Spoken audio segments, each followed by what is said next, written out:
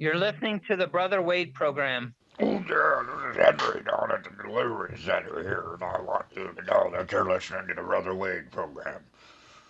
What do I do? I press stop? What do I press? What do I press to stop my recording here? Oh, God. This is Jerry of Scorpio Paranormal, and you're listening to the Brother Wade program. Oh, my, you listening to the Brother Wade program? Yes.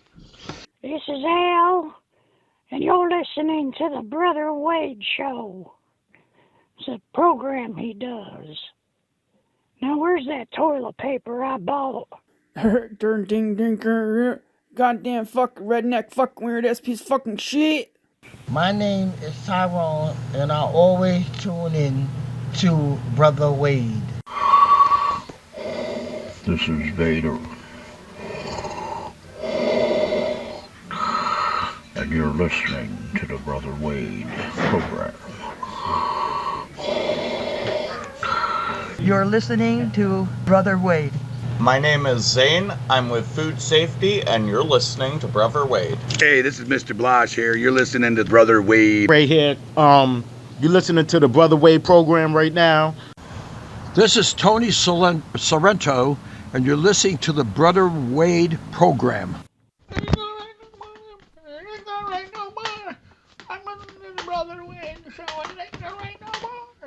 Good evening. This is Count Van Wastel, and you are listening to the Brother Wade program.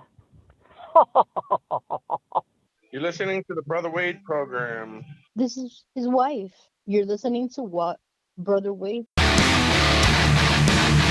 we enter another program right here.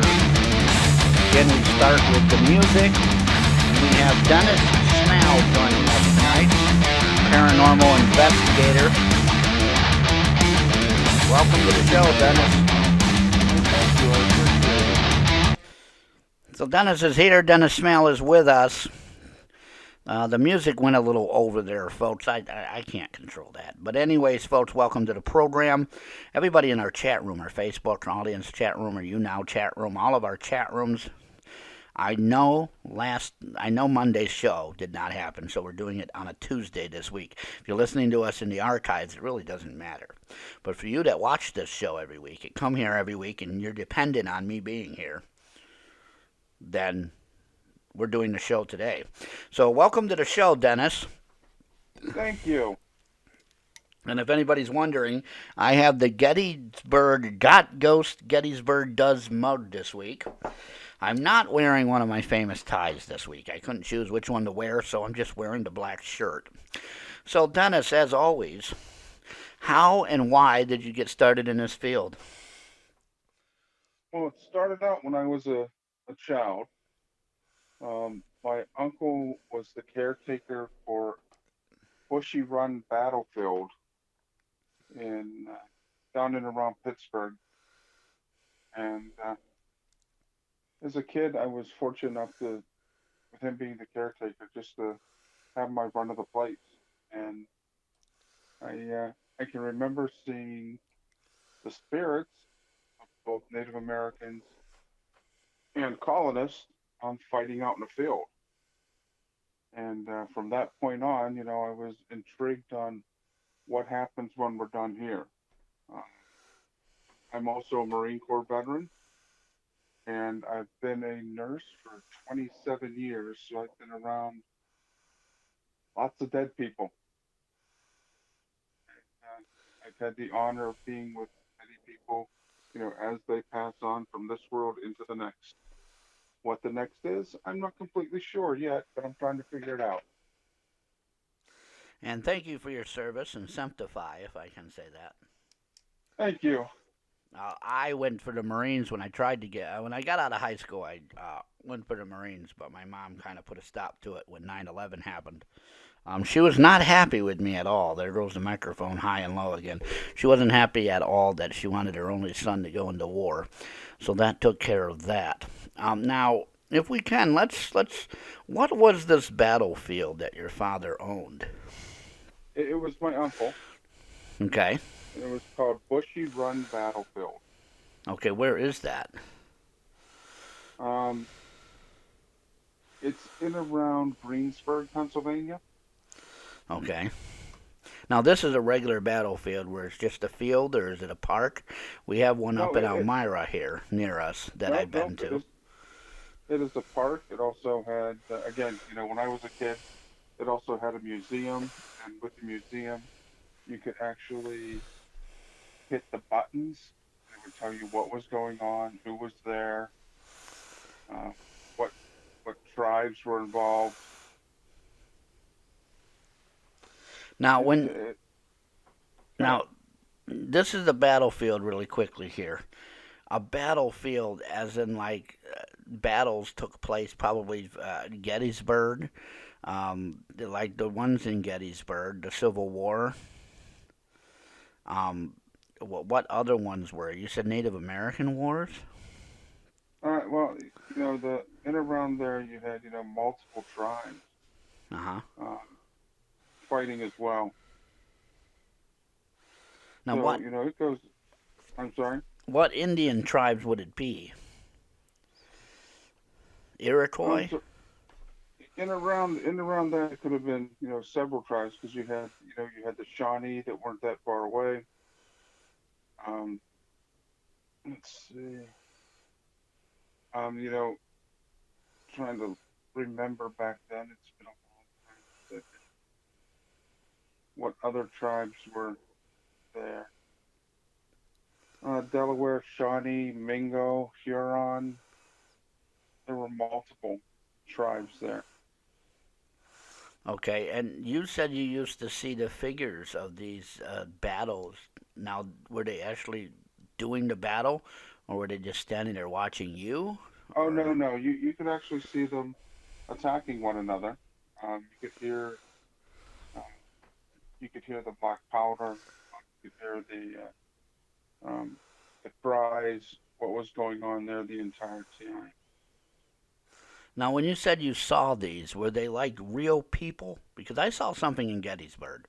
I saw what looked like someone in blue walking up a field, and this looked like a real human being to me. It wasn't a pale, I'll see through something, or it wasn't ghostly or spiritually.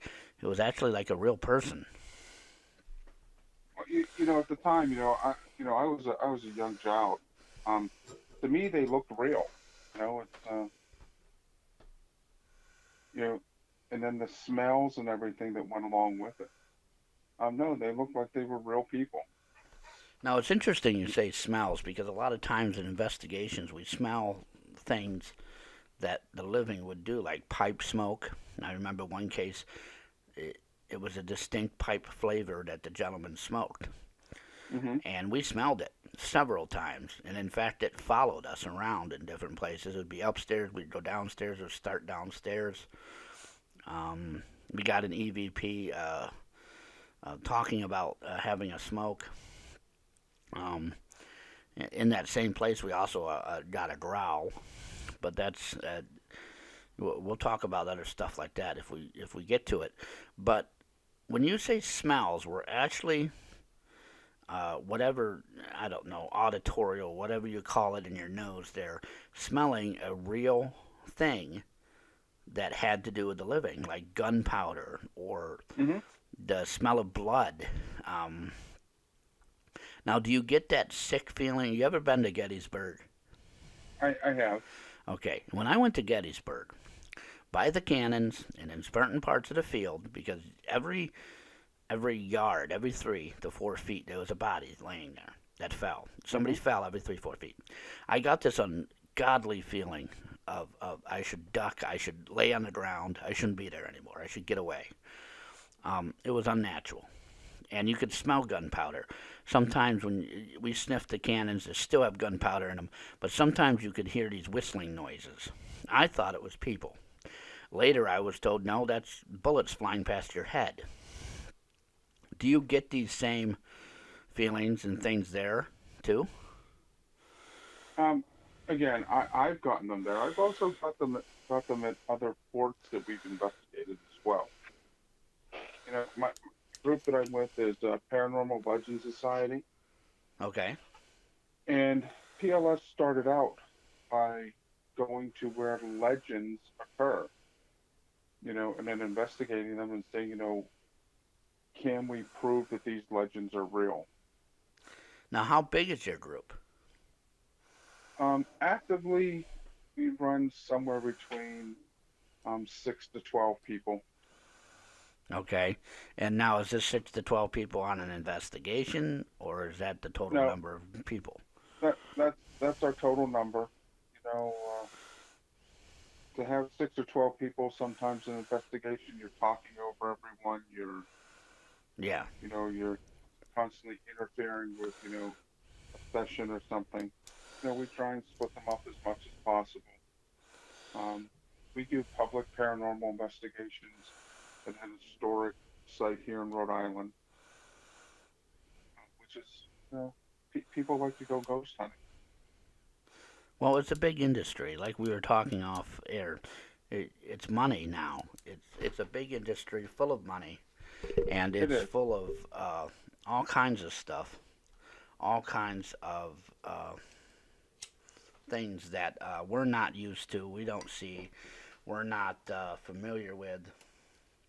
It's an industry that is, in my opinion, is somewhat, I don't know what you want to call it, failing in a way in some of its areas.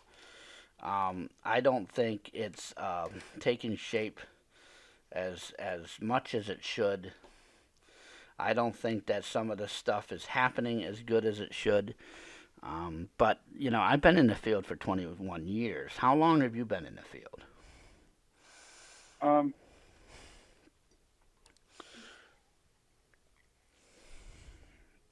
Probably about 20, 25 years. Okay. I did a lot of things on my own. You go back, as you go back 20, 25 years. That's actually when all the shows, I put that quotes, were coming on all the cable networks. Mm-hmm. So a lot of people were doing this way before it became so popular. And I always tell people, just because you have a recorder and a camera does not make you a ghost hunter. No. Well, there's a difference between paranormal investigating and ghost hunting. Anybody can go in a cemetery with a recorder and a camera and say, is there anything here, and try to catch something. Absolutely, but I think it's the perception that people have. Yeah, but to be an investigator, to take it seriously, to do what me and you do, take it seriously and professionally and do it right, not try to examine stuff and then figure it out or say, oh, in this picture and that picture we have this, we have that. Right. I don't know. In my area, there's a few investigation groups. They're wonderful groups. 2 of them I actually founded. Well, one of them I founded. They changed their name. The other one is another group with excellent people in it.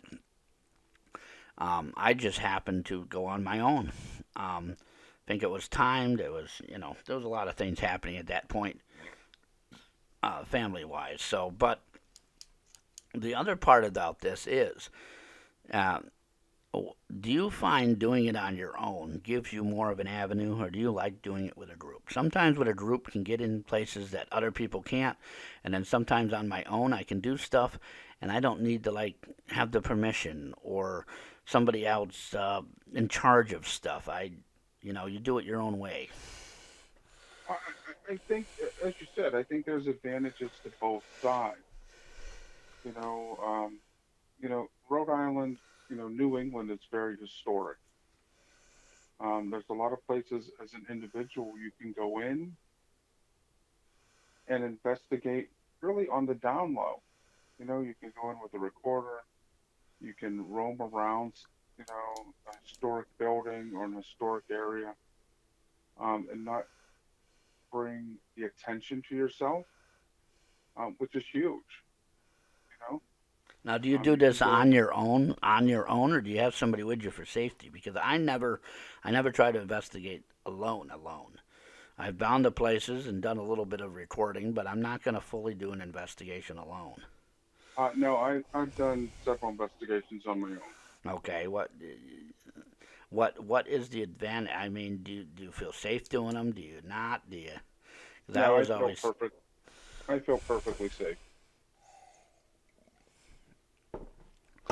Now, you are the case manager of your group, correct?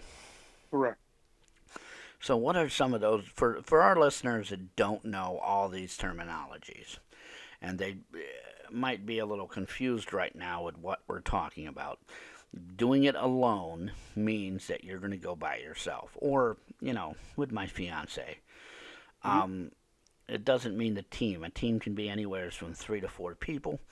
It is planned. It goes through somebody like yourself, a case manager. So, for these words, the case manager is the person that schedules the events, does the Facebook, does the paperwork, so the secretary, so to speak, maybe. Now, what? And I, we have a great historian as well, so I work along with the historian. We have our co-founder, one of our co-founders, Rick. When we go and do interviews, if he's available, he goes with us. But as the case manager, I kind of say I'm like the jack of all trades. I have to have knowledge and the expertise to fill any function that someone else can't. I build a lot of my own equipment. I make sure that everybody has a camera or a recorder. I get that information, I load it up, and then the people who are on that investigation are able to go and listen to that recording or recordings, watch the video. I assign it to everybody. I don't know if you've ever been on an investigation, listening to 28 hours of recordings. It can be a long week. Or if you're sitting there watching, a DVR that you have recorded, after the first 5 or 6 hours, your eyes start to fade.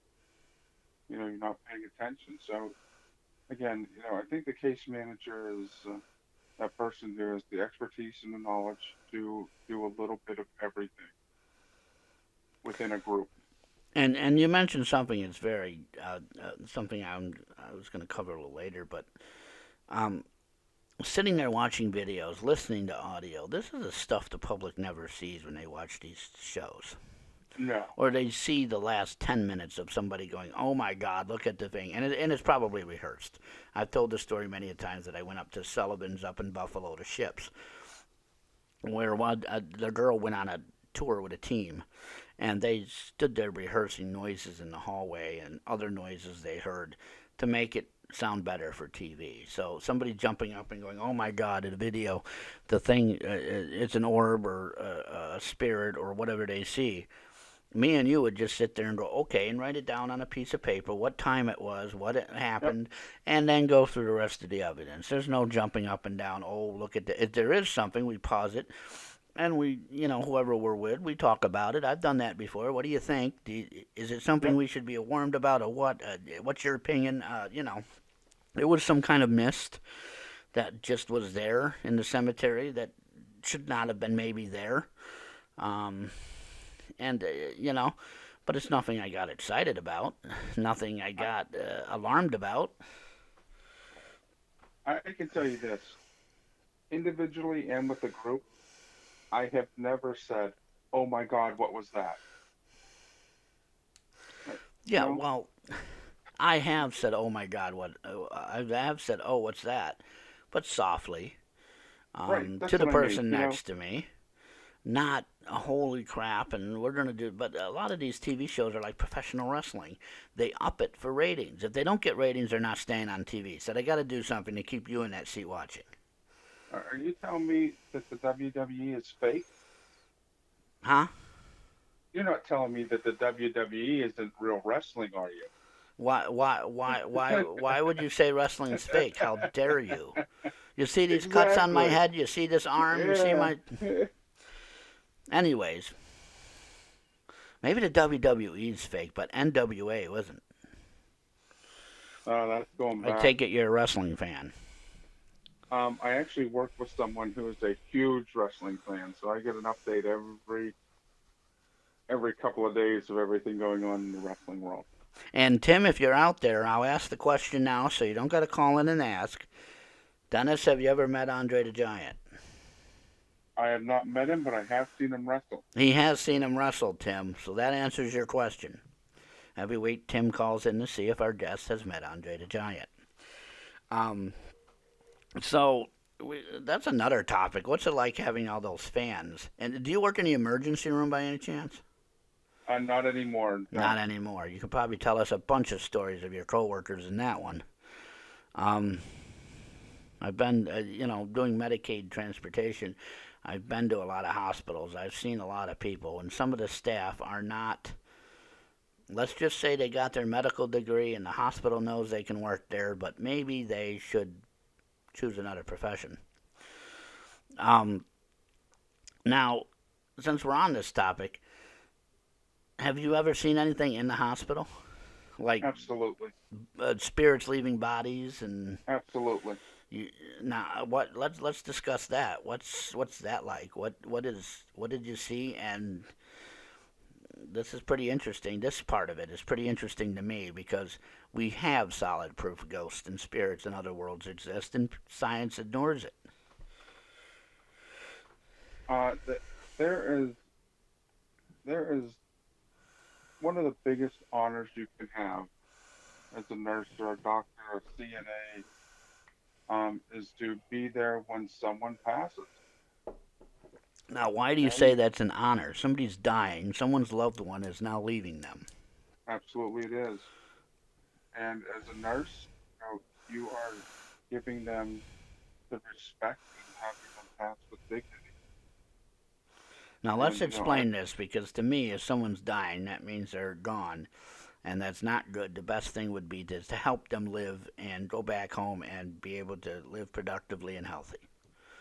Not everyone is going to be given that opportunity. Okay. So we're talking the real reality of life is that somebody's going to go someday. Absolutely. Young, old, black, white, it doesn't matter. You've got to help people pass with dignity. You have to hold their hand. Sometimes you're rubbing their head. See, my mom told me, my mom was a nurse, and she said, never get in the medical field, Wade. You have no bedside manner, and this is not for you. And I never did. I wanted to pursue being a paramedic because I wanted the action. I wanted it before it got in the hospital. Yeah. Because my mom said there's two fields in medical. There's you at the scene, and then there's me helping the person. Yeah. And I've done both. Now, what did you do for the Marines? I was a grunt. And for our listeners, that means you were a soldier.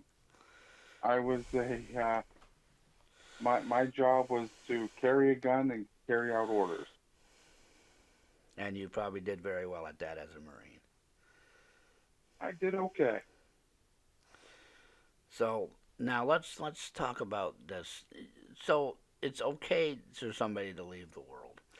What things have you seen that is, firsthand that's surprising? Because I've seen videos of something leaving someone's body. I've seen bodies lift off the bed and then come back down. Videos. I've seen people on video, all of a sudden the body, something is there, walking around, and then it just leaves the room. Other times a light or the body glows and then it stops. But a lot of these might be faked. Is any of that stuff real? Can any of that really happen? There are several occasions that you can actually see the spirit leave the body. Now, what does that look like? Does it look like a ghost, a spirit? The ones that I've seen is actually kind of look like a mist. A mist. Mm-hmm. Now, for our listeners, when we say mist, I know what you're talking about. Like if you picture driving down the street and you see that hazy fog stuff on the water after the rainstorm or a thunderstorm, that kind of mist, correct? Mm-hmm. Because our listeners may not know what this mist looks like. They can see. And also, go ahead, I'm sorry. Well, they can see videos of it, but I've seen it personally on other things like cemeteries and other things. Yeah, it's like a haze. It's very difficult to describe if you've never actually experienced it. And I've always believed my patients. Almost every patient that I've been with who's passed over. A lot of times they know when they're going to die. They will wait for family to leave or family to arrive. They oftentimes will talk to whoever is going to greet them on the other side. It's again, that's why I say it's an honor to be there and give them that dignity. So you're saying it's an honor, as in something as helping the person, not necessarily an honor that they're leaving. Correct. Okay. Because I don't want our listeners thinking that we're being gross here when we're talking about this, but this is a natural thing that happens. I have dealt with being in the paranormal field. A lot of people don't realize it, but you're going to deal with two things. One, you're going to deal with people that are afraid and fear and sadness and desperate, whatever you want to call that feeling, for answers to what's happening of the unknown. The second thing is you're going to deal with death. You're going to deal with people talking about death. You're going to deal with people being upset. It's almost like an undertaker, only you don't have to deal with the body, but you got to deal with everything. You got to talk about and deal with and be open about everything else. Now, what happens when this happens? Does the room get cold? Does it get hot? You said the person, and I've heard it 80% of the time, somebody will know when they're going to go. Oh, absolutely. Now, how they know, it's left up to God, because nobody's found that out. I actually had a patient years ago who asked me what time it was, and he said, "Oh, well, I think it's time for me to go," and he arrested right there. Now, when you said arrested, that means his body just went bye-bye. He's done. His heart completely stopped. Now, when you say stop, does the heart actually just stop and the whole body is done? Or With is there him, still activity? So, there's usually activity after, but it's, more a nervous it's more reaction to death. I called it, and my mom called it, the biological body versus the spiritual body. The biological organs. This man knew that was his time, and he died. Now, is there any grief by you guys? I mean, I would suspect, like nursing homes, you guys get attached to these people. Yeah, but it's also, I know this might sound harsh to some of your listeners. It's your job. Yeah. You have to deal with it, that situation, but you know what? You might be dealing with it again in another 5 minutes. It's like a CPS worker. A CPS worker doesn't want to take a crying kid from their parents, but they got to. Right. The police don't want to arrest a guy or somebody if they don't have to, but they got to do it. They got to pull somebody over and talk to them. They got to not look the other way. Correct. Now, is this taught to you as a nurse? I've often wondered. Maybe my listeners are wondering the same thing. Do they teach this in school, or is it just something you develop? It's just something that you learn to deal with. Because I couldn't deal with that. There's two things I can't deal with. Someone being sick, like absolutely sick. Their nose is running and all this other stuff. Stay away. I don't like sick people. People throwing up. And now I'm not talking about, my family being sick, but I can't stand it if somebody throws up. I can't stand it if somebody going to the bathroom. I can't. If I go in the bathroom and somebody else is there, I'm leaving. I can't stand somebody going to the bathroom. And I can't stand all this grief stuff. If I didn't have to deal with somebody throwing up, if I didn't have to deal with somebody going to the bathroom, if I didn't have to pity somebody that's got their leg hurt, because my mom said I had the worst bedside manner, the worst. And it's kind of like that to me. If my back hurts, well, tough shit on me. I guess my back hurts. So it's not just that, being mean. And I couldn't deal with authority. My mom told me stories of doctors and stuff. I couldn't deal with that. I'd tell the doctor off. Or that I can't do something for somebody. Like if somebody wanted a drink, I'd go out there and get them a drink. Well, you learn to deal with those type of positions. Well, that's why I'm asking. Is it taught in school or somewhere they got to do something? No. A lot of it is, your personality going into it. I went from the Marine Corps into nursing. Well, that must have been fun. It's... well, what a lot of people don't realize is that Marines are tough and they can handle it. Well, but, it's also, what I was taught in the Marine Corps. Well, pain is weakness exiting the body. So, you kind of take that with you. Yeah. And you take the pride of work with you, and you take the always be there for the other person. You do your best, yes. Yeah. Now, does the hospital have rules about this stuff? Like, for instance, when someone dies, if you want to bring in your equipment, you can't, keep it behind the counter to register something. No. Or you can't look at a security camera and say, okay, that's proof right there. No, you do not do that in a hospital. So it's basically illegal for these, based on HIPAA and other state laws. New York State has a lot of these things. Yep. It's actually illegal that these people have films of people in hospitals. Well, their family can take whatever they want. No, I meant actual hospital security cameras showing spirits leaving bodies. As long as they don't say who that person was. Yeah. HIPAA is a big fallacy. Well, it's there to protect the consumer. I don't want to get our listeners all upset about this, but it's there to protect us, and I don't like it because sometimes, Well, HIPAA was originally made to stop people from getting your insurance records. It's not everything that they have developed it into.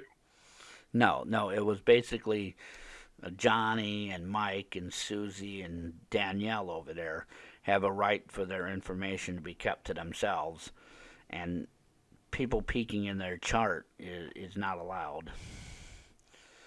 That's what I was told it is, but, somebody has to peek in the chart. There's people that got to do stuff, Yeah, that's definitely a whole different podcast discussion. Oh, it definitely is. And I don't mind doing these podcasts because I'm planning on doing some other podcasts about topics that are really going to open up the doors for some stuff. But now, when we talk about the paranormal being, you mentioned historical sites in Rhode Island. I went to Massachusetts to Salem. I know there's some. At these historical sites, can you go there and actually film and record? Because we have a museum here that told us absolutely under any circumstances, don't bring that stuff in our museum. With permission. As I was saying, we do a public paranormal investigation once a month from April to November. And what happens is when people pay for the investigation, it goes right back to Smith Castle. That's one of the places that we investigate. And by bringing that money into the castle, it allows them to continue their research, upkeep, keeping the grounds, education. So that's one of the things that we do here in Rhode Island. Now let's give you a plug. What is this? What is this place? Because I'm not familiar with it. So what is it? So, Smith's Castle, it's actually a garrison, but, back then if you had large property and a large house, it was called a castle. So it goes back to Roger Williams, who was the founder of Rhode Island. Okay. And he had a gentleman, his name was Richard Smith. This goes back to the 1640s. And Roger Williams sold his trading post to Richard Smith. And that's what we call it, Smith's Castle. What happened is, if people want to look up the Great Swamp Massacre, Mm-hmm. you know, we had the King's Philip War here in New England, where the colonists essentially went around, sometimes provoked, sometimes unprovoked. And essentially they were trying to wipe out most of the Native Americans here in New England. Which is very unfortunate and nothing I support or you support. No. It's disgusting that these people did that. Now, even on a sit back and play devil's advocate level, if they saw them as savages or they did stuff wrong, there's no need to treat people like that. None whatsoever. No, and Roger Williams, he actually treated, when he bought property in that from the sachems, you know, he did a fair trade. But during the King Philip's War, one of our local tribes, our Narragansett Indian brothers, were in a swamp area, and they had some Wampanoag. It's another Native American tribe. They had some of their elderly, their women, their children, and the colonists from Plymouth, Boston, and Connecticut, because the Narragansetts were neutral. They came in and said, "Listen, you need to turn those people over." And the sachem said, "No, we're not going to do that." So they gathered troops, they went down, and they massacred 600 Native Americans. All because they wouldn't turn them over. Correct. Now, what were they supposed to be turned over for? Because they fought against the colonists. So because they didn't want people disturbing their way of life, they had to die. Yep, correct. And we wonder why aliens are not coming to this planet, folks. We seriously wonder why. Yeah. Now, when you say a garrison, really quick, what is that for our listeners? So a garrison in New England was think about a fort. Mm-hmm. Had palisades around it. You know, and a small home in the middle. So that would have been a garrison. Now he personally owned this, or did the military own it and he lived there? No. Richard Smith owned the property. So he was a rich guy that had a really fancy place. Well, you know, this is in the 1640s, so you know, New England was still a very. If you got out of Boston and Plymouth, it was still an open. Yeah, it was wild, woods.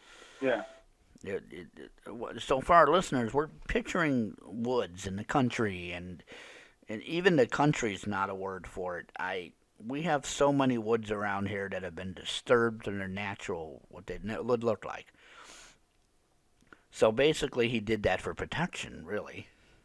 Yep, and it was right on the bay. It's a beautiful, beautiful area. I have to get up there. We're going to have to someday talk to you about doing something with your group, or having your group here or something, because that would be wonderful to do. It's in Whitford, Rhode Island. Whitford, Rhode Island. Whitford, yes. Now, Rhode Island's not a big state. It's not. If you count all the mileage, I bet you New York City is bigger than Rhode Island. It could be. Now, Rhode Island, on the other hand, has something that New England has something. Even in Massachusetts, I saw this. Beautiful land that has not been perverted, if I can use that word. Correct. To its natural, what it looked like then.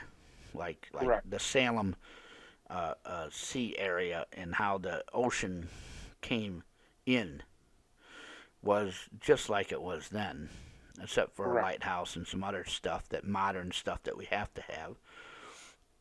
The bay was like it was then. I mean, you know, they have a boat replica down there, and I bet you if I stood there then as I stood here now, probably would have been the same.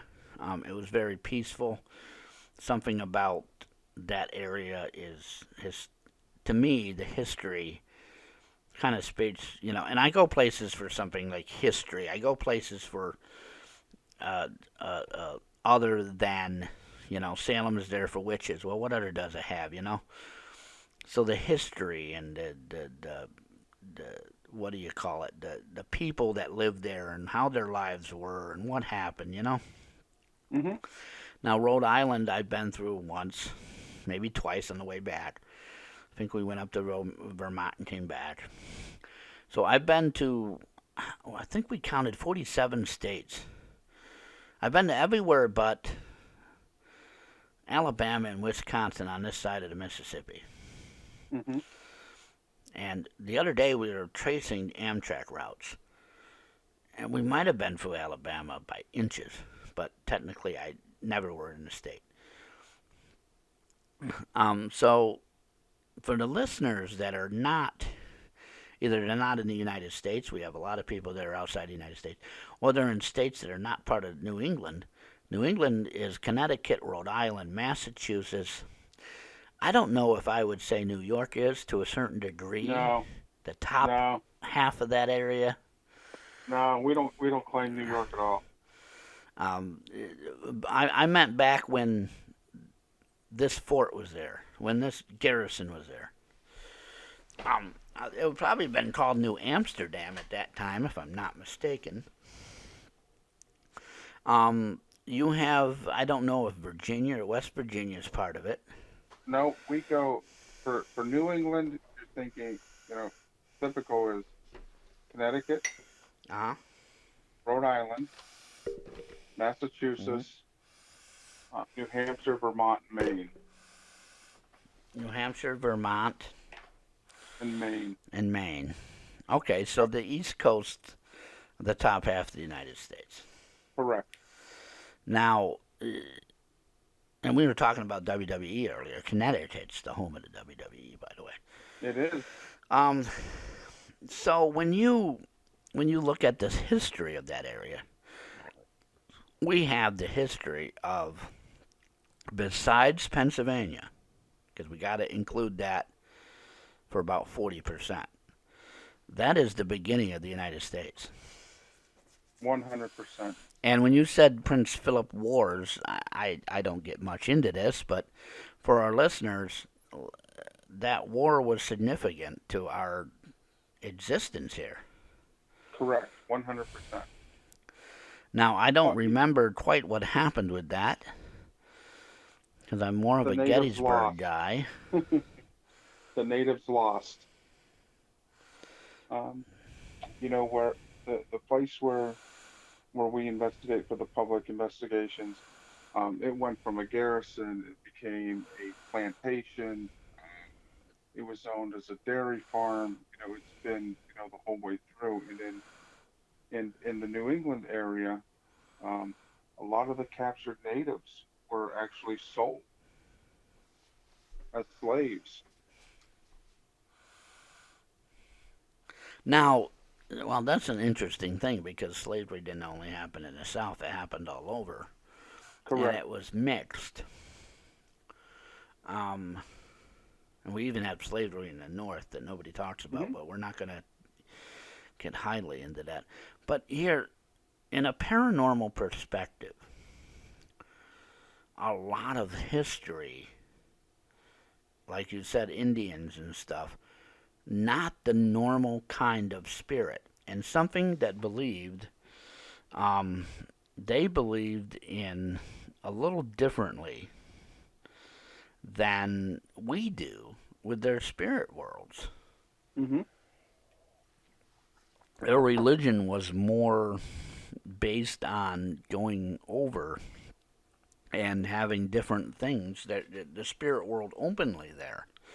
So if all that's true, and we take away Christianity, and now we focus on the Native Americans' way of life with spirits, we have a whole other area of paranormal we can get into. Correct. And truthfully, I've never met a Native American that did not have a good story to tell about the spirit world that I believed him. Yeah. I believe, I don't know how much Bigfoot is up in that area, but there's other things like Wendigos and shapeshifters and all sorts of stuff from the woods. The Iroquois have stories down in my area. But is a lot of that spiritual stuff also up there too? Oh, absolutely. You have Puckwudgies, you have Little People of the Forest, you have Weekapossets. Now, what are these really quick for our listeners that may be interested or are interested because they are listening to my program? And we're going to open up the phone lines in a few minutes, chat room, so don't worry.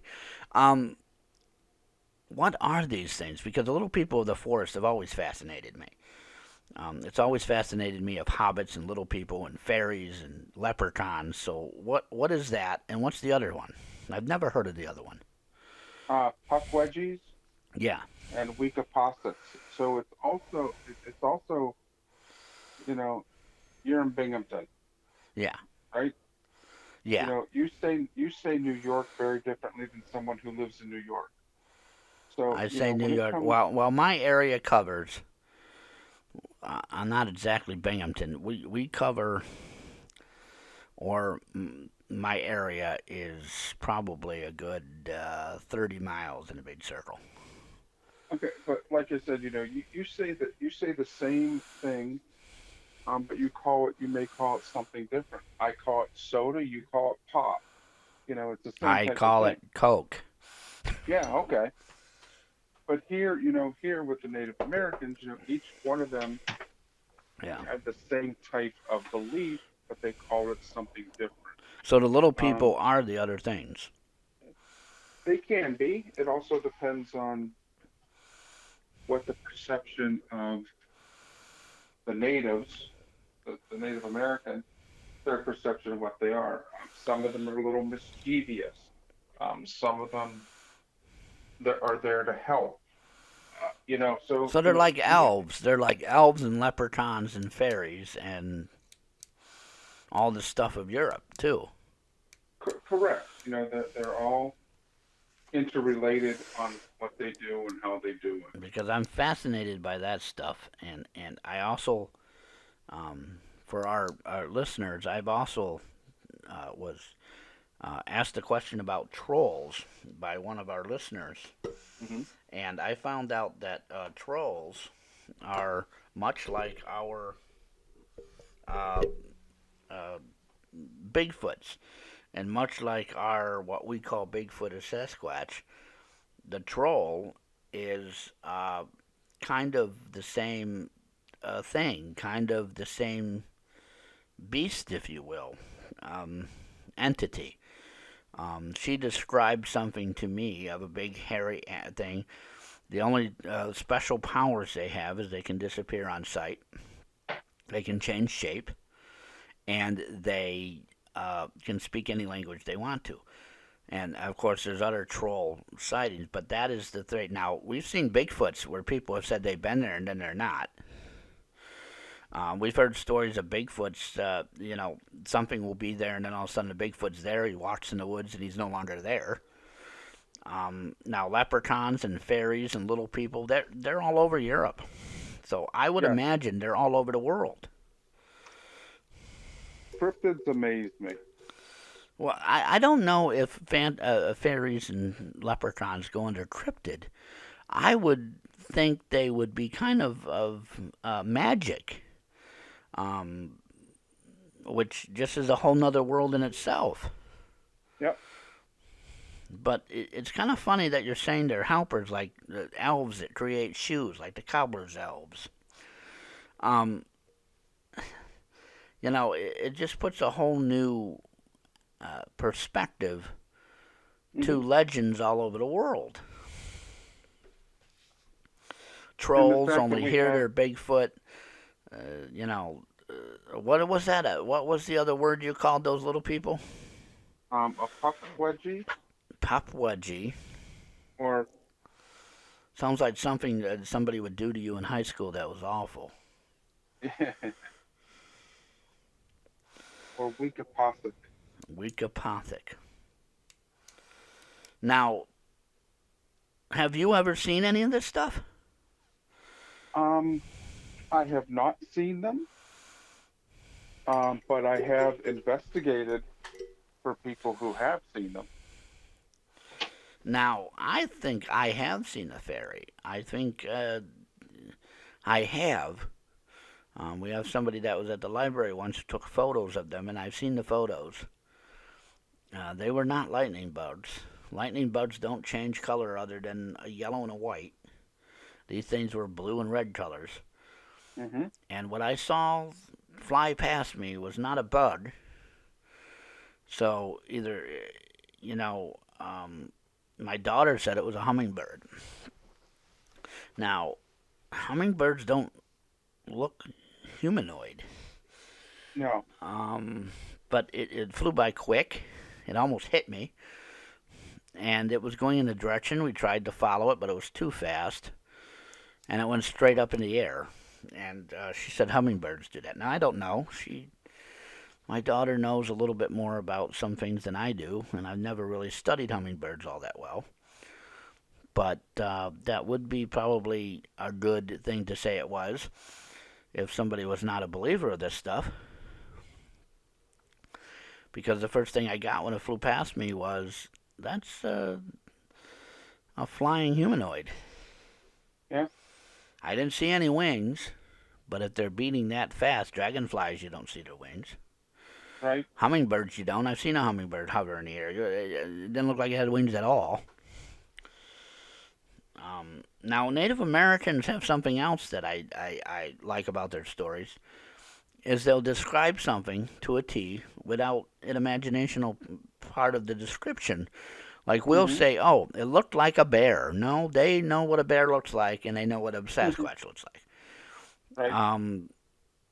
If they describe a leopard, they're going to describe a cat with spots and how it jumps in the tree and how it walks. And they're not going to compare it to something else because it's not something else. Now, is Rhode Island kind of like New York in its tourism, where people don't they don't want to get into this kind of stuff with the Native Americans? Because a lot of the stuff here in New York, I've seen a lot of people get real hushed-hush, historians and other people, when you tell them about stuff like that. I think that's our Native American brothers. They're hush hush. You have to have an in with them. You have to respect them, and that does not come easily. I'm very fortunate that our historian Al, he actually teaches the Native Americans how to read and write their own language. He speaks Wampanoag. Now, Wampanoag is from what tribe? Massachusetts. Okay. Massachusetts, Connecticut. And the dialects are very different. It comes from the same pattern for wording, but you have to pronounce it right, in order to get the same meaning across. Yeah. But so that's that is Al's one of our biggest assets.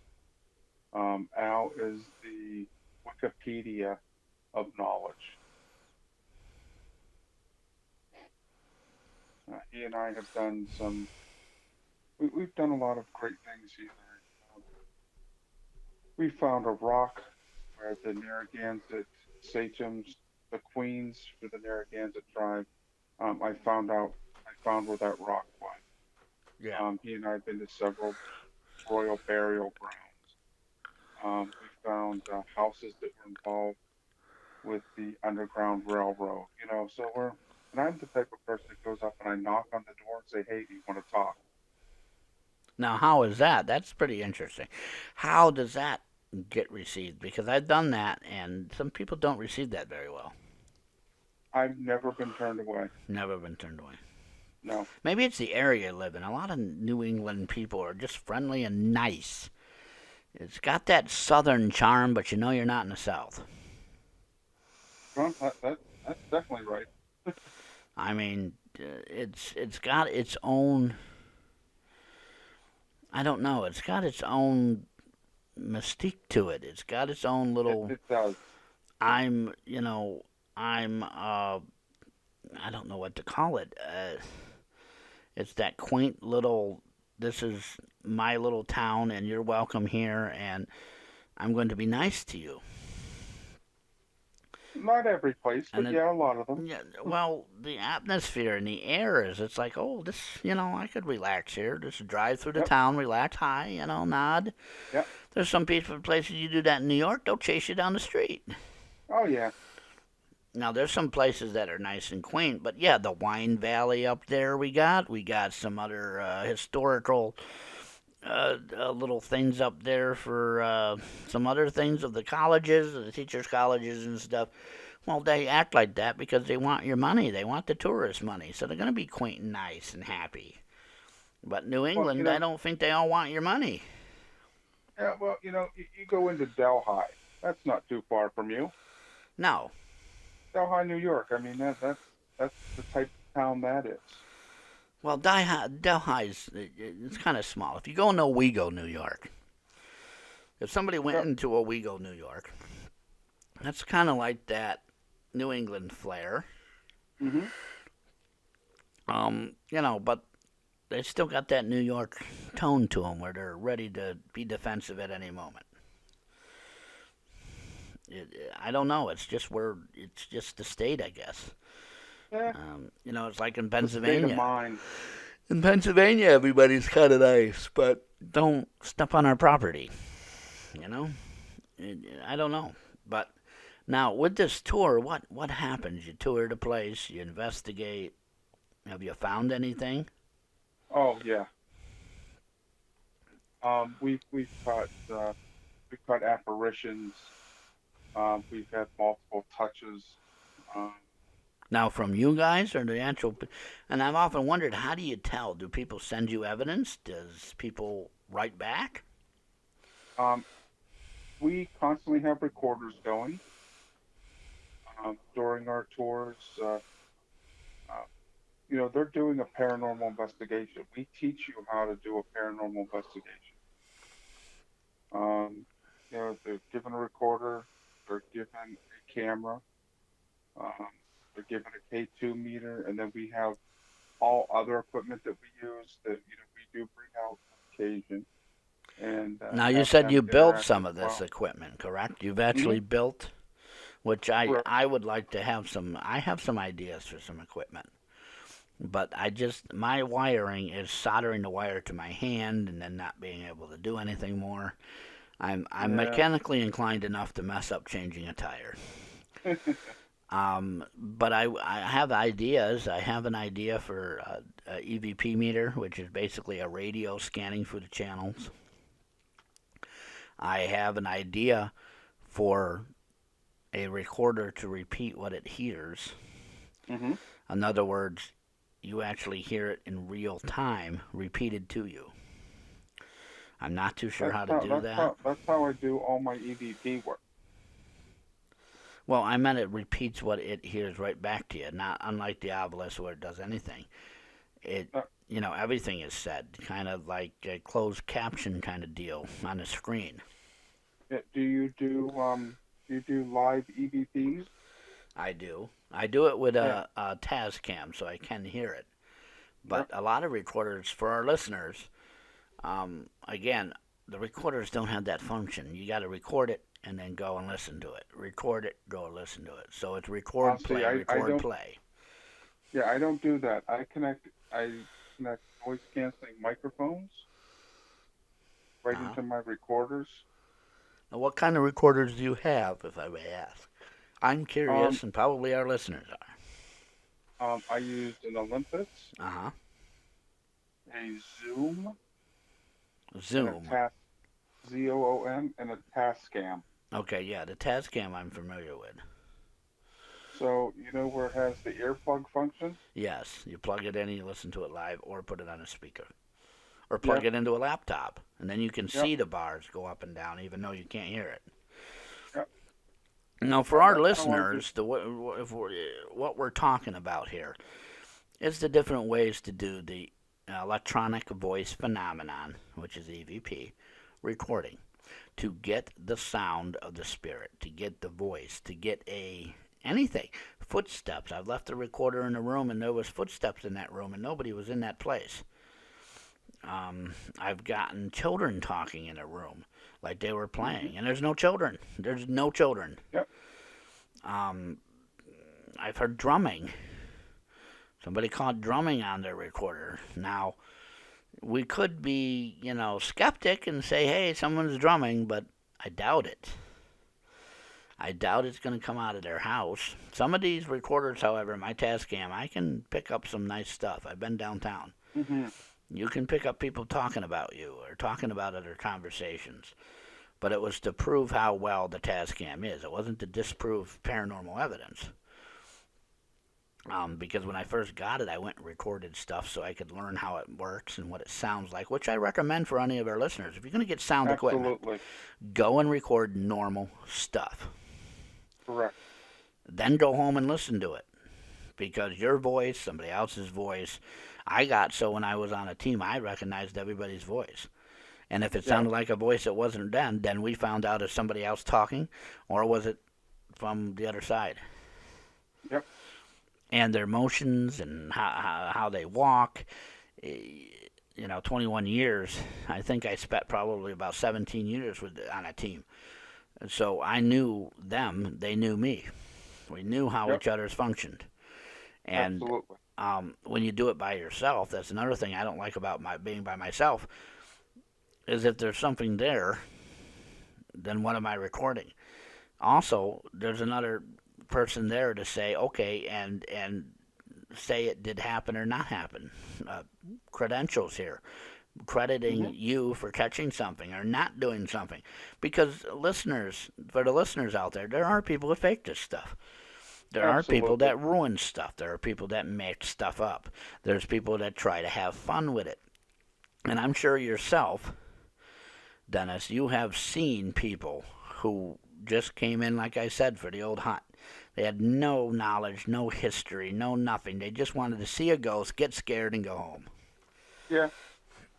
Now, for that, I would have loved to have somebody run in front of them with a sheet. I would have loved to take them somewhere where I knew a room was cold and say, you're getting cold, and give them their thrill and then send them home. Yeah, I've actually removed some people from our public investigations. We can talk about that. What was that about? Hold on. Let's go and open up our phones real quick here. 607-238-3816 to open up our phone lines. As well, we have my website, www.iambrotherwade.com. You can reach me at an email, cwlawrence01@gmail.com. We're not going to do a break. I'm going to change how we do this show, folks. I want to go into these horror stories. I'm intrigued. I'm one of these people that if a car has an accident at a racetrack, that's why I went, to see the cars crash up. I didn't go to see them spin around in circles all day. What are these horror stories of these people being kicked out? What can possibly somebody do wrong when you're trying to find evidence? They start provoking. And by provoking, we mean purposely trying to get stuff to happen that we don't want to happen. And what we don't want to happen is people being touched, people getting scared, entities, spirits, demons, poltergeists, whatever you want to call them, trying to sap our energy, make us feel weird, make us feel uneasy, give us a hard time, if you will. Trying to use words that our listeners can understand here.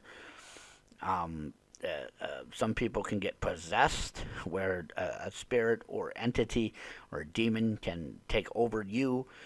Some people can have severe health effects, fainting, passing out, getting cold, getting sick. We call it attachments, where something may go with you or something may happen to you at a later time. Now, how is this done? How do you go to somebody that paid money and kick them out? Or prove that they're doing this? Well, anytime we do the public investigations, we have an investigator with each group. Okay. So all they have to do is come to me and say, hey, Dennis, this one is doing that. Mm-hmm. And you know what? I can be very stealthy. A lot of these are in the dark.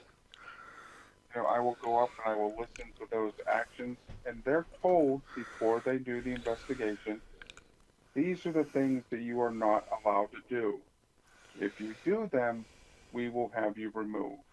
Now, have you ever had any problems removing somebody, like somebody decided to be a tough guy? When you look at my group, it would be very silly to be a tough guy. Yeah. Well, I stand 6'3". I'm 300 and probably 20 pounds. Mm-hmm. I've done carnival circus work, security work, wrestling. So I understand this. But for our listeners who say, hey, that you ain't removing me, I paid for this and I have a right to do this. Mm-hmm. We're not talking about physically grabbing you and dragging you by the collar down the hallway and throwing you out the door. Nope, I know several of the cops in the area. I make a phone call. Now, do they like this, or do they... I mean, I certainly, if I was an officer, would not want to be called to your investigations every week. No offense, but... No, this has only happened once for us. Once so far? Yep. But again, we make it very, Well, you had to call the cops? Rules. No. Now, they left what did before they? We got there. Well, what did they do that you had to call the cops on them that one time? I never had to call the cops. Again, when you look at the group that I'm with, we don't have to do that. I mean, I've been to other places, where people are provoking and everything, and you've got to be serious with these people in a public investigation. Yeah. You have to tell them, this is the way it's going to be. We're not going to tolerate it. But if I had to, I have no problem calling the cops. If you injure anyone, if you decide to fight, I don't suggest it. I think that, if you go into a public investigation, your listeners out there, before you go in, get permission to be there. Don't just say, oh, I'm going to go to this cemetery. I'm going to go to this abandoned building. Get permission to be there. Well, a lot of our listeners don't realize the penalties for that too. You can get, if you go to a cemetery at night, you can get trespassing, and that in some states like New York, if charges want to be filed or they find, see, this is another thing. They go in that cemetery and you're in it, and they see a tombstone sticked over. They could charge you with damaging property. You could go to jail for a year.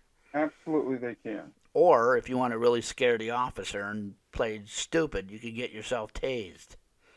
Yeah. Because I know a sheriff who told me about it, who actually gave me permission if I wanted to go to a cemetery where his patrol is. But he said, don't let me tase you. I said, what, and he told me about this guy that was in there. He was drunk, and they were walking around with something in their hand, he said. And the guy aimed it at him and asked if he was there, and he tased the guy. Right, and that's something listeners have to understand. I said this in the beginning. Just because you have a recorder and a camera does not make you a paranormal investigator. Well, that's right. You have to take all the risks that go with it, and you covered some of them. Getting, having an attachment. Dealing with what you hear. I mean, there are things that I've heard. We did a fort one time, and I got a great EVP of this little girl saying, "Daddy, Daddy."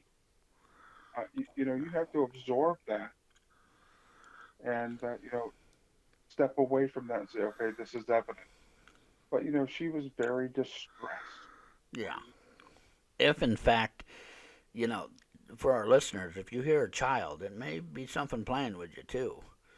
Well, this is an area where we know that children are. Yeah. Um, Well, I'm just letting the listeners know they're going to go out Yeah. there and get an EVP and say, "Oh, I got a child's voice too." Right. Being part of the investigator is doing the legwork, so to speak, and making sure that that's a child, making like you did the history of the place, the what's really there, what happened, what Right. you know. So you're not. I mean, anybody can take a recorder somewhere and say, "Is there anything there?" and get answers. I bet you anything would answer. There's entities out there just waiting for you for them to use your energy or whatever they do. They're waiting for you to have an opening. Yeah. But is it really evidence? Is it really something that's unique? Is it? And like you said, some of this evidence is kind of sad. Some of this evidence makes you sit back and go, wow. Some of this evidence solves cases. Some of this evidence, puts a damper on stuff when family members realize their family's not there. I remember the one people, they wanted to contact a family member, and the family member's not there. It was something else, and they weren't too happy. They were really upset about it. And Or if somebody wants to talk to a loved one, and the loved one doesn't want to talk, which I've always said, I wish for some time to have something, of that nature,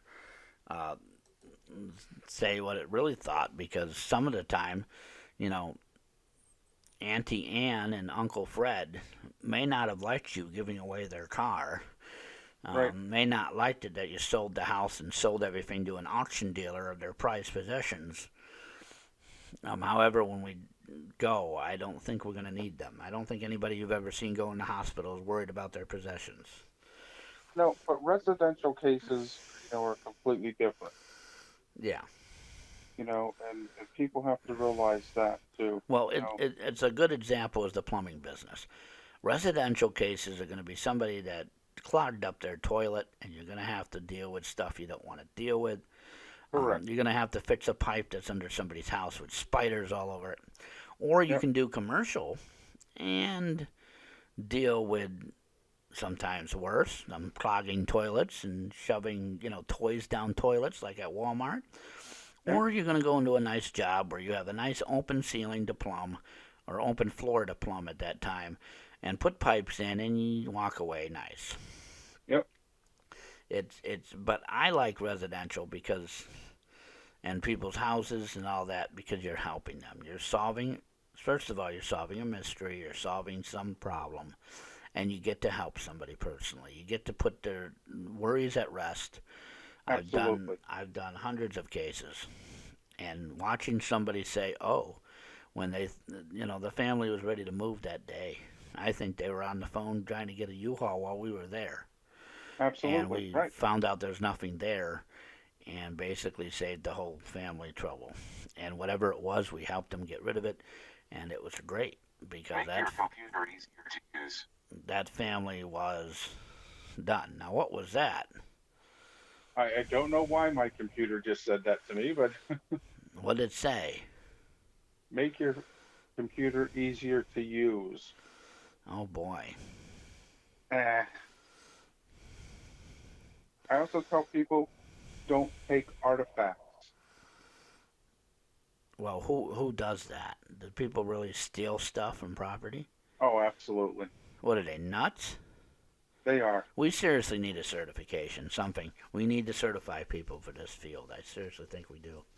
I don't know how we're going to certify somebody for this field, but we need it.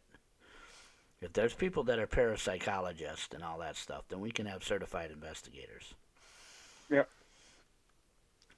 I've yet to figure out how, because why would somebody steal? Why? Why would you do that? It's the thrill. Are they kleptomaniacs and they need to stay home? Like I said, I think it's a thrill. Now, what happens to these artifacts? Do these people really get? Because if I hear stories of people stealing stuff or taking stuff from Hawaii or other stuff, and I laugh at them when something happens. I just laugh. I would write a letter back to them with a bunch of ha-has on it. Yeah. I mean, really, you're going to take something from from a location, you're running the risk that that has an attachment to. So Now, you even get sick, or your mood changes. now, You're taking that risk. now, even my collection of haunted stuff over there, I gotten because most of them have been given to me, or I've gotten them at flea markets where somebody said, "Here's this," and I bought it from them because it did something creepy. Right. I've taken precautions with that box over there. Absolutely. There's two things in that thing: the doll and the mask, that really worry me sometimes. And that's why I want to create stuff like a voice thing or something to do something, because even talking about the doll even creeps me out. I was given it. I actually bought it because he said that it was moving in its package, and I saw it moving in its package. And it was creepy, and people laugh at me. They say, "Wait, a doll can't move in its own package." Well, of course it can't. That's why the guy gave it to me. Right. Because dolls don't move in their package. I took it out of the package because the package was bad. It had water damage, and maybe, the doll wanted out. I don't know. But the doll hasn't done much since I put it here, so maybe. And I don't know where a case is. I don't know how to create a gas case for it or put it in one, but I don't know if it wants to be in one. Maybe the spirit left it. Maybe it needed to get out and it left. I don't know. I have often wondered if you can save things like that. But I'm not psychic. Well, I think I am, but I have no definitive proof, and I'm not going to sit here and lie. But I think we all psychic. We all have a niche for this, or we wouldn't be in the business. Like you as a nurse wouldn't be in the business. But there's some areas where it's over my head and I can't deal with it, and I wish I could. Now, how much do these tours cost? I'm asking because our viewers might wonder, and sometimes stuff is people rip people off, and I want to let them know that this is an honest one to go to. It's $40. Okay. All the proceeds, again, as I said, goes back to Smith's Castle. So basically, they're not paying you; they're just making a donation to the place, and you're letting them have an investigation. And you're there from 6 in the evening until 1 o'clock in the morning. So what does the investigator do? You guys will go with the group, and you guys will do what you normally do, or do you do what they want to do? It's a mix. Because a lot of people show up to these. A lot of people think that they're ghost tours, and there's a difference between a ghost tour and a paranormal investigation. So we will go along, and again, our investigators are all carrying our own recorders. We're all carrying our own equipment with us, and then we give it out to the tour group, and then sometimes you have to, get them to, to start asking questions. Or I tell people, anytime you go in, you need to introduce yourself, tell them why you're here, what you want to do,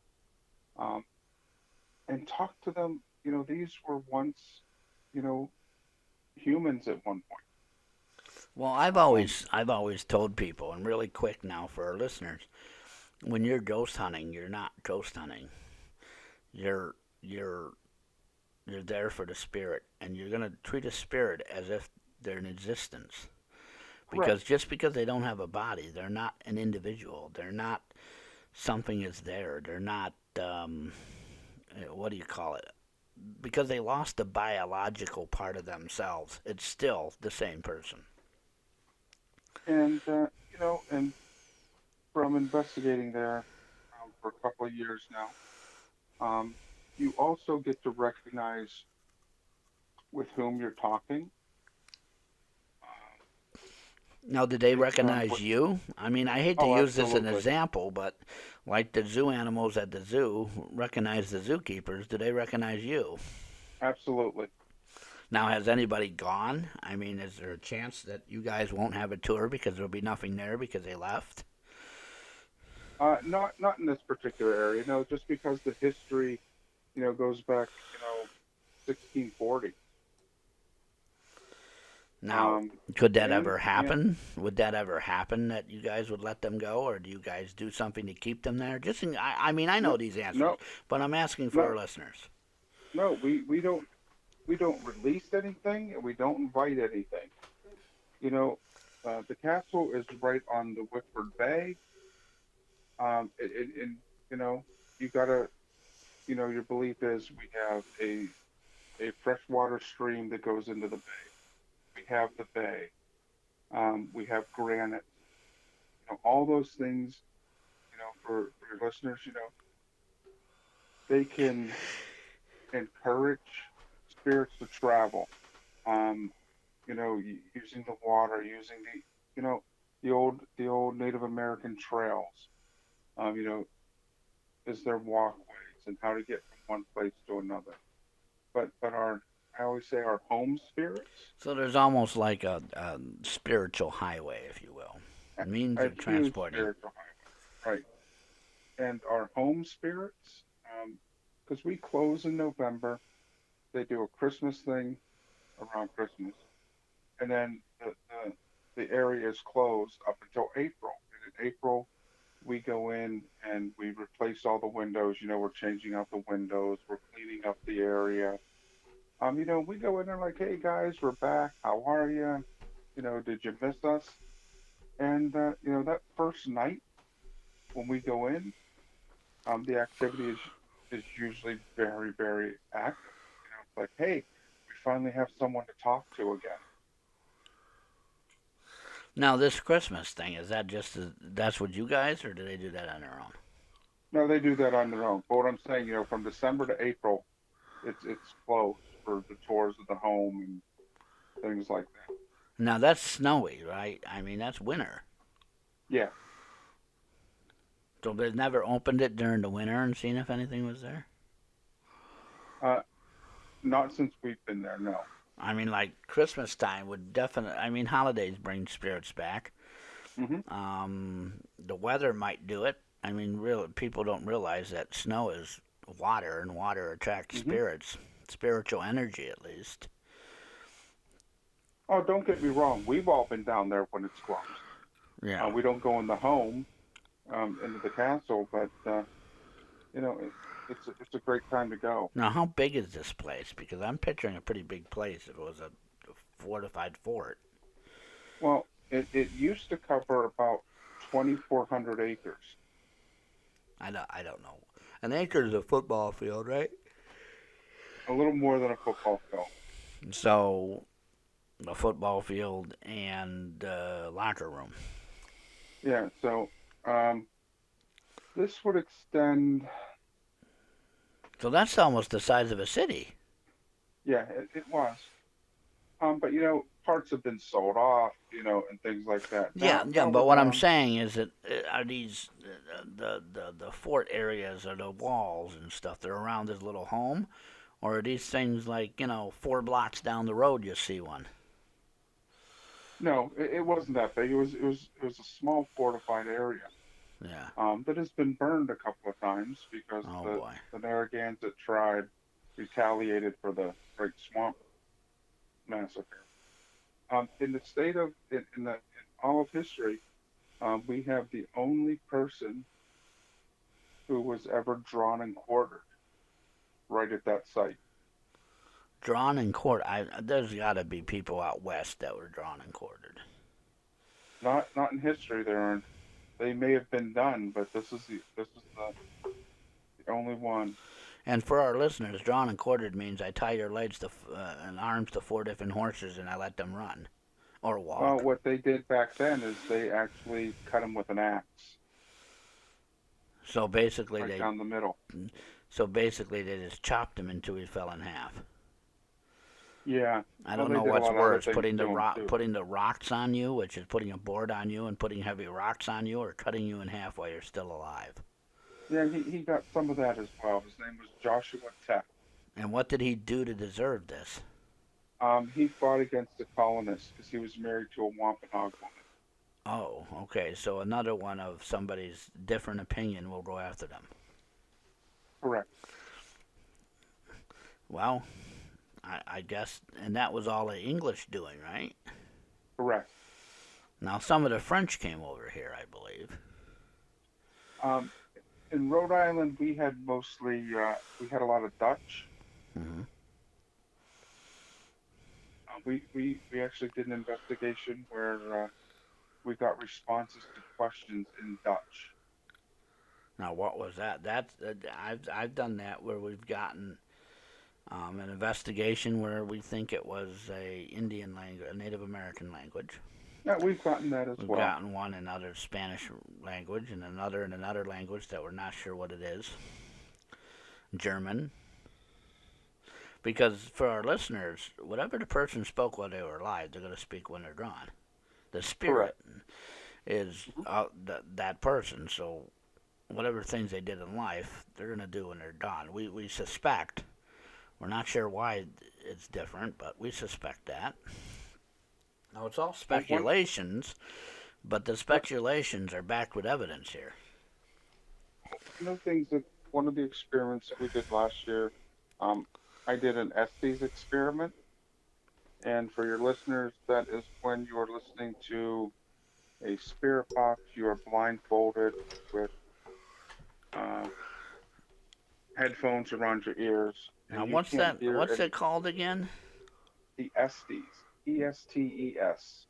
Atsby. And what does that stand for? Estes. It's an experiment these gentlemen made up, I want to say in the 80s, where essentially, you're the only thing you're listening to is the spirit box. You're by yourself. I'm not sure what the ESTS stands for, but so you've essentially isolated. ESPS. No, E-S. E is in everyone. Yeah. S is in Sam. Yeah. T. Oh, E-S. So it's EPTES. Estes. E-S-T-E-S. E-S-T-E-S. Yes. Well, I've heard of those blindfolded experiments. I've tried it. I really couldn't do it. I got to know where I am. But a guy my size, for our listeners, is always used for security.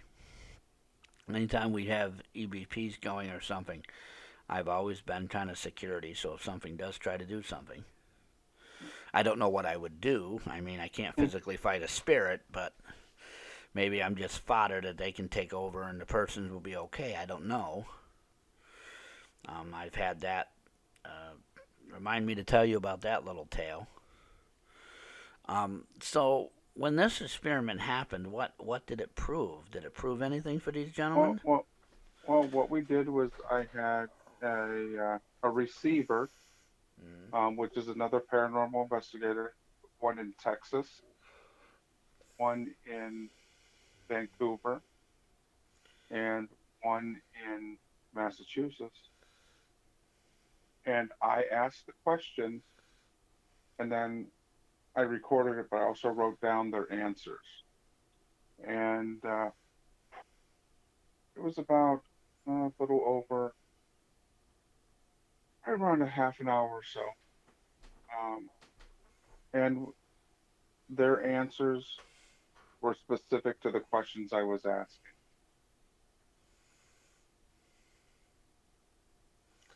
Okay, so really quick here, I'm thinking of while you're speaking and explaining, and I'm thinking of you take a blindfold, you put it on yourself. Mm-hmm. What would somebody be in other states for then? Wouldn't they be in a room with you? Now, I wanted to. My hypothesis is, how do spirits travel? Is it a dimensional thing? Do they travel through the internet? Are they traveling through your phone? For a spirit, for them, going to Vancouver might be in a snap. Yeah. For us. So I wanted to see if these people in these other countries and in the States were able to respond to the questions that I was asking. And they did. So because they couldn't hear me. When you had these spirits and these people responding to you, responding how? Telling you what they heard or done? Correct. What evidence did? Because I was always told spirits don't have time. If they don't have time, then they don't have place. So they can be anywhere at any time, anything they want. Right. That's what I was trying to prove. So now, it's like you and I talking right now. You're blindfolded. You had earphones on, and you have a spirit box. Okay. Now, you wouldn't be able to hear the questions that I was asking because I'm in Rhode Island. And I would say, can you tell me the picture of the book that is being held up? And let's say you held up a yellow dictionary. Well, I had another investigator hold up a picture of a windmill. And the gentleman that was in Vancouver came right out and said, windmill. We were talking So about... each person is blindfolded? Correct. Then how do they know what they're holding in their hand? Well, because the other investigator, I said, okay, at this point in time, I want you to start reading in Dutch, and I also want you to hold up the name of the book. So it was the other two investigators. So let's say there's 5 people. They would be all blindfolded, but the one is holding stuff and doing stuff. Correct. I wouldn't mind trying that experiment myself. It's a pretty incredible experiment. But on a different level of seeing if they could appear. Only I would do it with me being blindfolded and another investigator behind me filming and taking pictures, and that's all they would do. Yeah, I did have someone taking pictures. So what happened to the original experiment? Well, that's the original experiment. That's what they were doing, except they were all in one room. And they were asking questions, and then the receiver, who is the one who's blindfolded and with the earphones on, they were responding appropriately to the questions. I'll send you the link to the Estes Experiment. Because we've done that before. We'll sit in different rooms, and the other investigator, he also comes up here sometimes and to the show, so he's not going to mind me saying his name. Josh was sitting in one room. We had Josh's friend in another. We had me in one. And we had the female investigator that investigates with us in another room. And each of us would ask a question. And Josh's EVP picked up her question, and the other two didn't.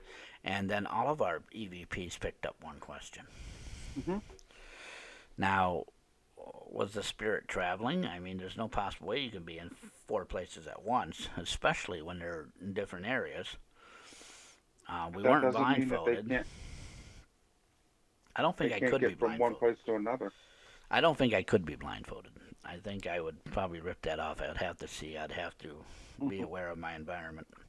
Now, what is that like for the investigator's energy for making a spirit appear? That must be really good energy.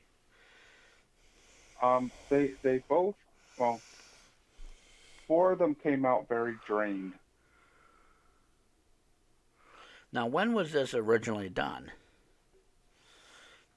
The original experiment, I believe, was in the 80s. The 80s. So that's when they had a tape recorder like I have. Correct. I always have a tape recorder. I always have a digital recorder.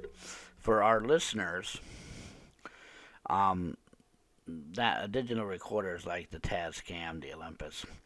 A tape recorder is a regular tape recorder. It says play and stop on it. You put a cassette tape in it. And I've gotten stuff on that I didn't get on my recorders. I've gotten stuff on my recorders that I didn't get on a tape recorder. And we've gotten stuff on both one time. Well, they say that the theory is when you're using digital to record, right now you have noise canceling. You can do anything. With the old tape recorders, it has that strip that goes across that allows the recording to be played back. Yeah.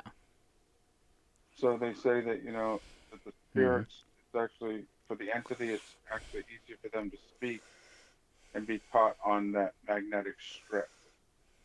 Because, it's just, it's magnetic, and it's like using your EMP pump.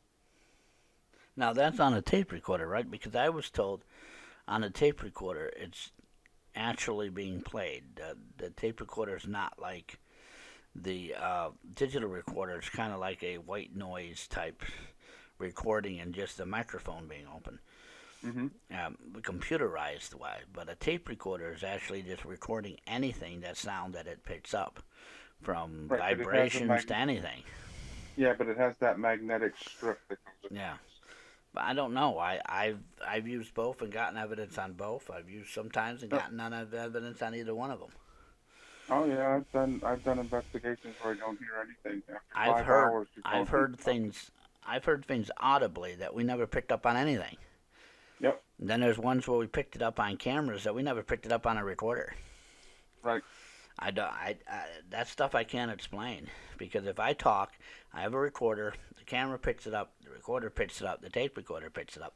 How can something else just do it randomly? Now, the excuse or the theory or the objectionable ideas are, it's touching something from another place, and that's why it's only on that, because that one is the only one that captured it. But that don't make sense. If something is making enough noise where it's in the air, all of it would capture it. And we've done experiments like this. When I first started, we would take recorders and place them somewhere and do stuff, stomp on the ground and all that, and every recorder would pick it up. If it was audible enough to be recorded, it would have been picked up, especially with the human voice or a child's voice. My daughter, when she was young, would help me. She used to love to sing into the thing, and I'd be like, "Go in the other room and sing, and let's see how if we can pick you up." Yep. And it's kind of training, and really there is no theories out there for our listeners of anything. It's etched in stone on how to do anything in this field, which is another downfall to it. No one's created anything, and if they did, like Ed and Lorraine Warren had wonderful things they did. You either do it or you don't. You know what I mean? Mm-hmm. The stuff we see on TV sometimes, whatever's not for show, we either do it or we don't. There's no etched in stone 100% way to do something. Now, experiments like this fascinate me because they answer the questions we can't answer. And if spirits can be in every place at once, then, you know what I mean? Who are we picking up? Are we investigating Aunt Louise and Uncle Tom, or are we investigating Aunt Annie and Uncle Freddie? Mm-hmm. I mean, who's there? Who's answering questions? And if it is a purgatory until you become better, then how can you communicate with us? You know what I mean? Yeah. Those are the things that we're trying to figure out. The Catholic Church does believe your family comes back to give you messages or to help you by God's command. They believe that there's also bad ghosts and people that do that on purpose who are under the control of Satan because they failed in purgatory and they haven't made it to hell yet. Because I guess you have some time traveling, I guess. I don't know. But maybe those would be things, but I've studied different things, but I've never really found anything to be an evil spirit. If it's a demon, it's a demon. If it's not, it's not. However, I did study the jinn. I don't know if you're familiar with the jinn. Mm-hmm. From the Islamic belief system. And I believe in the jinn very highly. They were made of fire as man was made of earth, as angels were made of air, and there's no water. I don't know what was made of water. There are merfolk and stuff, I believe. So maybe there is another world. Maybe there is other things out there. Well, my belief is if you're a good person in life, you're a good person in death. If you're an asshole in life, well, you're an asshole. Have you ever met those kind of people being a nurse that you knew they were not going to... Oh, yeah, I've met all kinds of people. Like you knew they were headed for hell, and there's nothing you could do about it? I don't believe in hell, so I can't say that. Because I do, and I've heard stories of people that have gone to hell and returned. I've heard of people returning from heaven too. Yep. And I've heard of reincarnation stories of horrific things after death that people remember and don't know why. Yep. So let's plug your paranormal investigation group. We're winding down here. Who are they? If somebody needs help, who are they, and how do they get in contact with you? We are the Paranormal Legend Society. You can find us on Facebook at PLS or Paranormal Legend Society. All of our contact information is right there. We're also on paranormallegendsociety.weebly.com. Okay. On there you can find all of our some of our investigators didn't want to be on the internet, and I appreciate that. But you can find you can find a brief history of our investigators, what got us into the paranormal, why we do it. I believe there's one with a horse on there too. Yep. So the front page are two of our investigators who have passed. Oh, okay. And so I made their the front page, essentially to honor them. Okay. And then you can click through, and it shows some of our investigations. It shows. Have you ever tried to communicate with them, or do you not, No. for respectful reasons? I did not know them. Okay. They were there before me. Okay. And just based on that, I don't know them. I'm not going to try and contact them. Okay. And I do know the families, and I don't think they want us to contact them. No. Some families don't. Some families Correct. don't want you to do that stuff. Correct. Which is okay. I mean, I don't really want to contact my mom. I have a friend that passed. I don't think I want to contact them either. Yep.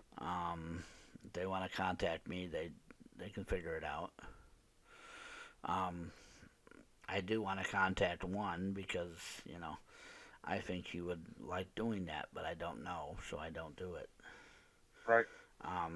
Now, a lot of people out there, if you do have loved ones, sometimes you don't want to know what they have to say. Sometimes it's, but I've always wanted to be able to do that. I don't know if it's called being psychic or what. I call it mechanically psychic, where I could use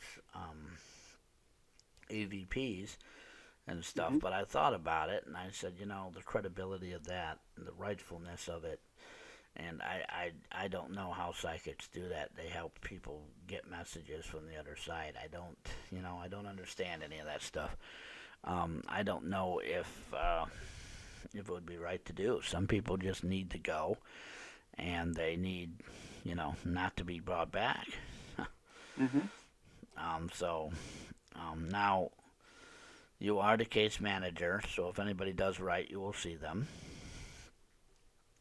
Yep, and they can message us too. Okay. And do you Right on guys Facebook. travel outside of the New England area? We pretty much stay within the New England area. Just because, we all have jobs. And let's face it, travel is expensive, especially with gas being, $4+ a gallon.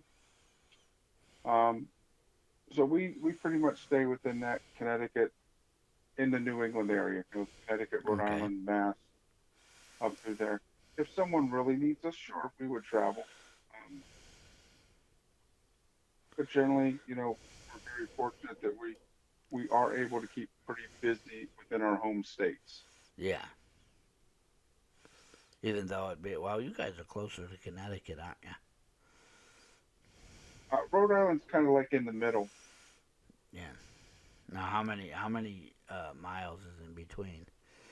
I mean, if you were to travel Connecticut, how many miles is it? Well, for where I live, Yeah. it's about 4.5 miles. All right. I can spit That ain't in bad. Connecticut. Yeah, That ain't I'm bad. right on the coast. That ain't bad. No, I'm on the coast. Maybe we should plan to come up there one of those days when you're having tours. That'd be fun. Absolutely. I've often If wondered. you want to book a tour, you go on Eventbrite. Uh-huh. And type in Smith's Castle. Yeah. And it'll come up for you. All right. Now, they only use you as investigators, or is there other groups? Yeah, we are exclusive to the Smith's Castle. Yeah. All right. Well, it's everybody. My email again: www.iambrotherwade.com. Our phone number here, if you do want to contact us, 607-238-3816. My email to get a hold of me is cwlawrence01@gmail.com. I want to thank Dennis for coming up. It's been a great time talking. And for the rest My pleasure. For the rest of you, I will see you next time.